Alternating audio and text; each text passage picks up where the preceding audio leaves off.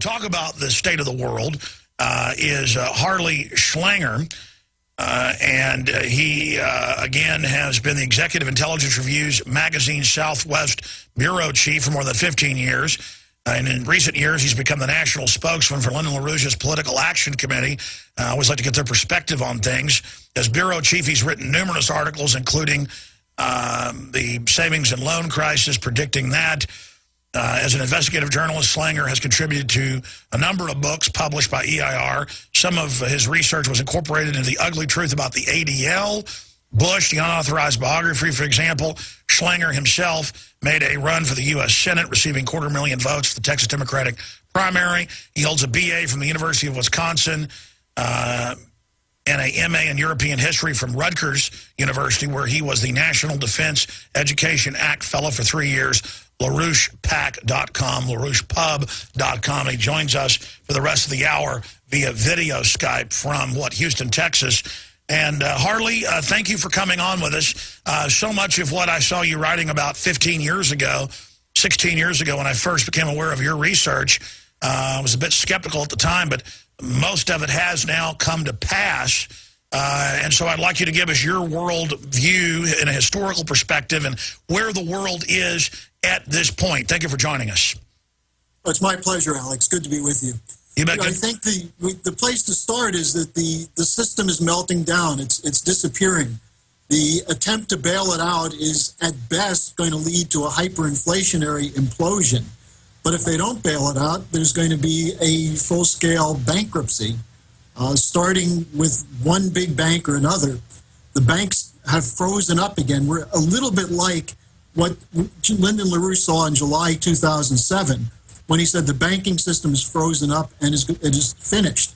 It took about a year before that was generally realized, and then in the September 2008 period with the fall of Lehman and others, it became clear that the banks had completely frozen, which meant they couldn't loan to each other because they knew they were loaning based on worthless assets. At that point, in September 2008, we had what was called TARP, and it was really hammered through the Congress under threat that the whole system was going to collapse if we didn't do it. Now, in effect, they bought a little time, but we've created anywhere from $16 trillion to $25 trillion in worthless paper, which is backing up worthless assets. And as you know, there's probably $3 trillion. Okay, Harley, Harley, your video Skype is breaking up. If it doesn't clear up in a moment, we're going to call you right back on the phone. Backup. Has his Skype cleared back up yet? Okay, Harley, the last 30 seconds of what you said was breaking up. Please repeat it.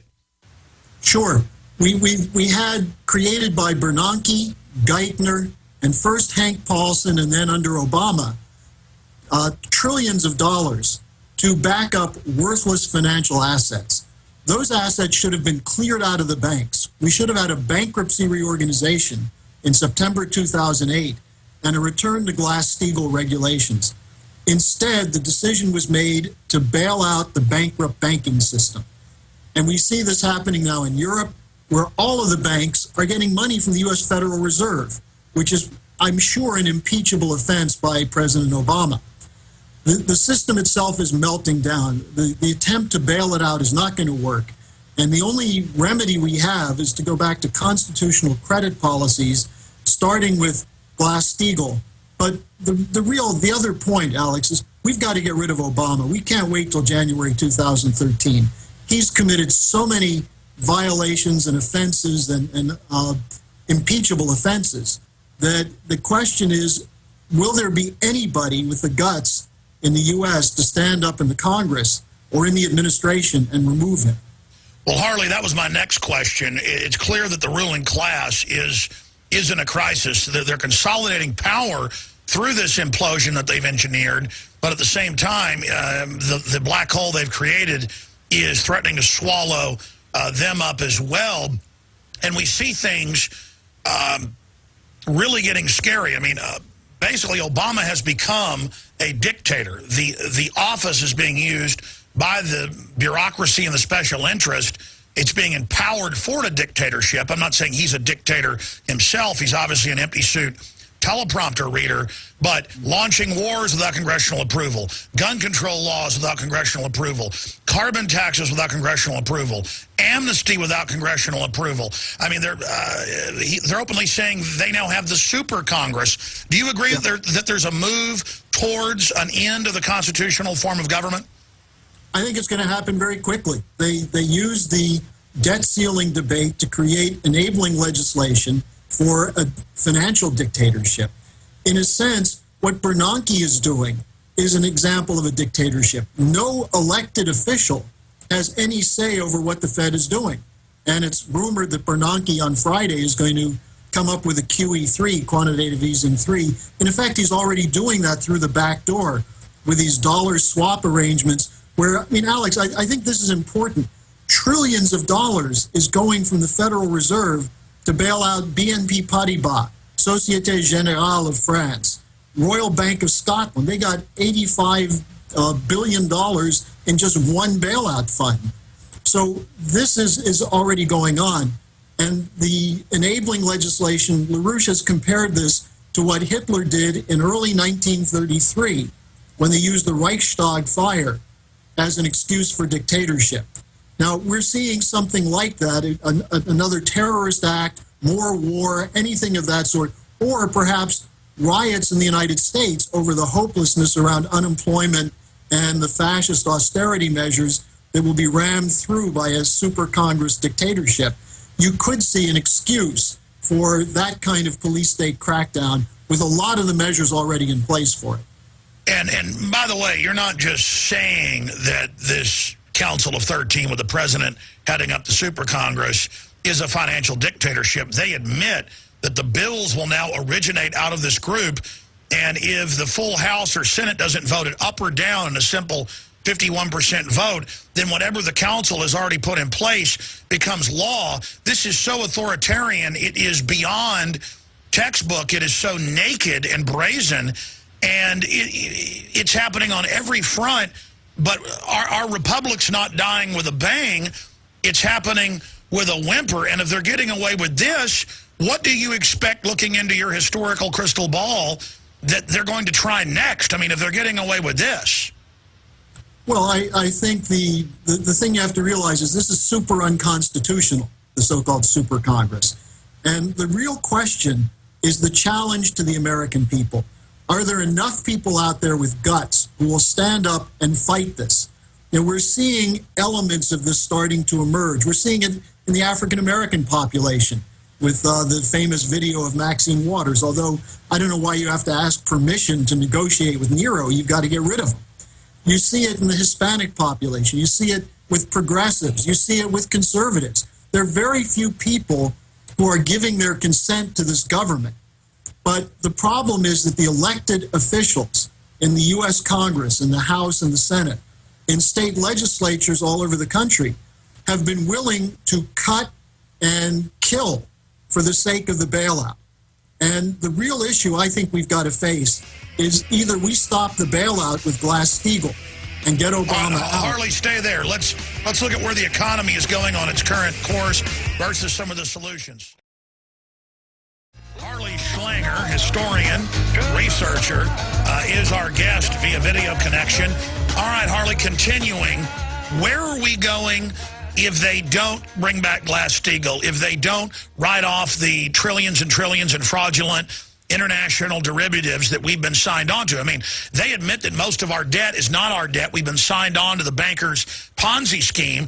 Instead, they're saying cut all the entitlements, but I've seen the numbers. Even if you cut all the entitlements, took all the, quote, wealthy people's money who are in the U.S., it wouldn't pay off a fraction of the fraudulent debt. So it's a lie to say cut, cut, cut, and that will get us back solvent, just like it's a lie saying giving trillions to banks 3 years ago and now again will get us going. Well, let me give you an example. The Greek government has followed an austerity regime, and its GDP continues to shrink. When you cut into the real economy, the only way to get out of this crisis is you have to separate the illegitimate debt, which is the vast majority of the debt, from the real obligations of banks. That's what Glass-Steagall does. The real obligations being deposits, checking accounts, business accounts, and so on. You have to protect those. But you don't protect the worthless financial instruments that were created, beginning with mortgage-backed securities, collateralized debt obligations, credit default swaps, and so on. Now, just to give you an example of the actual corruption which is playing into this, there was a story in the New York Times which was like a bad mafia movie. Two administration officials, Sean Donovan of HUD and Catherine Wild of the New York Federal Reserve, went up at a funeral of former Governor Hugh Carey to Eric Schneiderman, who's the New York State Attorney General. Schneiderman said he's not going to give Bank of America a sweetheart deal to get out of the corruption of all the mortgage-backed securities which they sold, which they knew were fraudulent. They went to him and told him he's got to lay off Wall Street. The administration, Obama, acting through these two surrogates, tried to deliver a message to the Attorney General of New York that you will not go after the Bank of America. And Wild actually said, Wall Street is our Main Street. Now, that's how the people who are running this country, running Obama, actually think about it. Forget Main Street, they're going to defend Wall Street. Now, if there is a strategy, and LaRouche says, look, these guys are crazy. Their main strategy is genocide, destroy the nation state, and kill the population. But if there is a strategy, they actually think that if they hyperinflate, the banks can pay off some of this debt with cheap money. But what that will mean is that will wipe out what's left of anybody's savings and pensions in a Weimar-style hyperinflation, which is what Bernanke and Geithner and Obama are going towards. Once that is done, the dollar is worthless. And so if we don't get Glass-Steagall, and if we don't get back to the protection of our Constitution, we have nothing. The people of this country will have lost everything, including our ability to fight. Now, Harley, I want you to continue along that line, but when you say they want a debt economy, they want to reduce population, I want to get into the globalist mindset from your research when we come back. You're not just saying that. They have created a cosmology of post-industrial, one-child policy to basically rationalize their command and control demolition economy. This is a corporate takeover of anything standing. This is like a corporate Borg where everything independent must be destroyed to them. It is a domination of everything. This is the paper economy waging war against reality. It's the empire killing off the nation state. Absolutely. So start getting into their mindset. All right, well, and they say it. We're not making this up. I mean, Prince Philip, who many people think is a doddering old fool, which he is, but he's an old Nazi. The Bush family, the Harriman family, some of these leading families of Great Britain who run these international banking cartels, they helped put Hitler in power. This is not something that's made up. This is historical fact. They believe that there are too many people on the planet. They promote these fraudulent scientists who come out and talk about the carrying capacity. They talk about the second law of thermodynamics, that we cannot expand production to take care of a growing population. And meanwhile, they impose policies that are leading to starvation, unnecessary starvation. Harley Schlanger, stay there. Let's finish up with that when we come back. Get more into where the economy's going in your trend forecasting on the other side. We'll be right back. Stay with us.